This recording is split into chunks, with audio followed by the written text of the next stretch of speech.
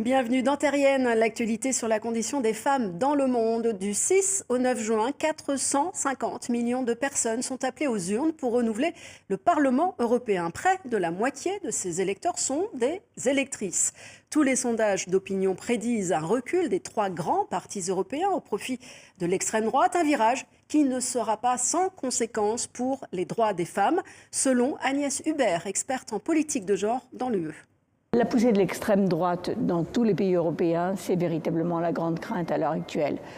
On a vu comment ça faisait, ça faisait régresser les droits des femmes en Pologne, par exemple, où du jour au lendemain, il n'y avait plus de droit à l'avortement, il n'y avait plus de droit à la contraception. Comment ça fait régresser aussi les droits des femmes en Hongrie. C'est véritablement le fer de lance des mouvements d'extrême droite, d'être anti-femmes, progression des femmes, et pour les femmes dans la famille, etc., et anti-LGBTIQ. En vigueur depuis le 1er octobre 2023 pour l'UE, la Convention d'Istanbul établit un cadre général pour lutter contre les violences sexistes. Mais l'Union européenne a voulu aller plus loin en adoptant une directive. Agnès Hubert nous explique pourquoi.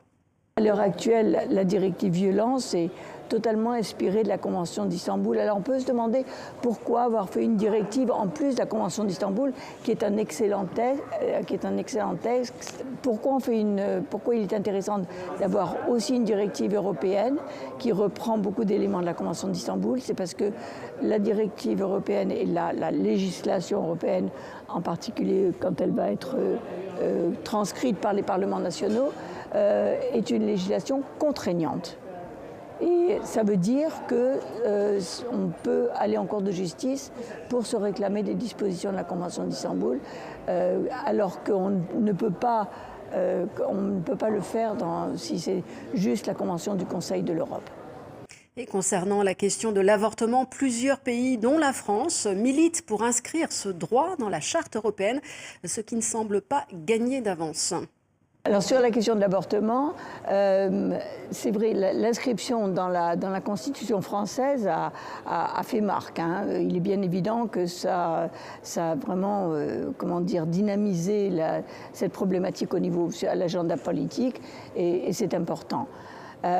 L'inscrire dans la Charte européenne des droits fondamentaux, ça veut dire réouvrir les traités.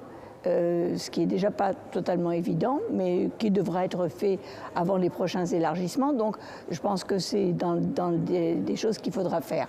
Ceci dit, réouvrir les traités tant qu'on a des pays comme la Hongrie ou la Slovaquie à l'heure actuelle qui sont systématiquement fermés à tout progrès européen, ça va être très difficile.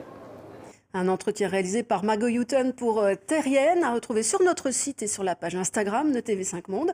Rendez-vous pour d'autres infos la semaine prochaine.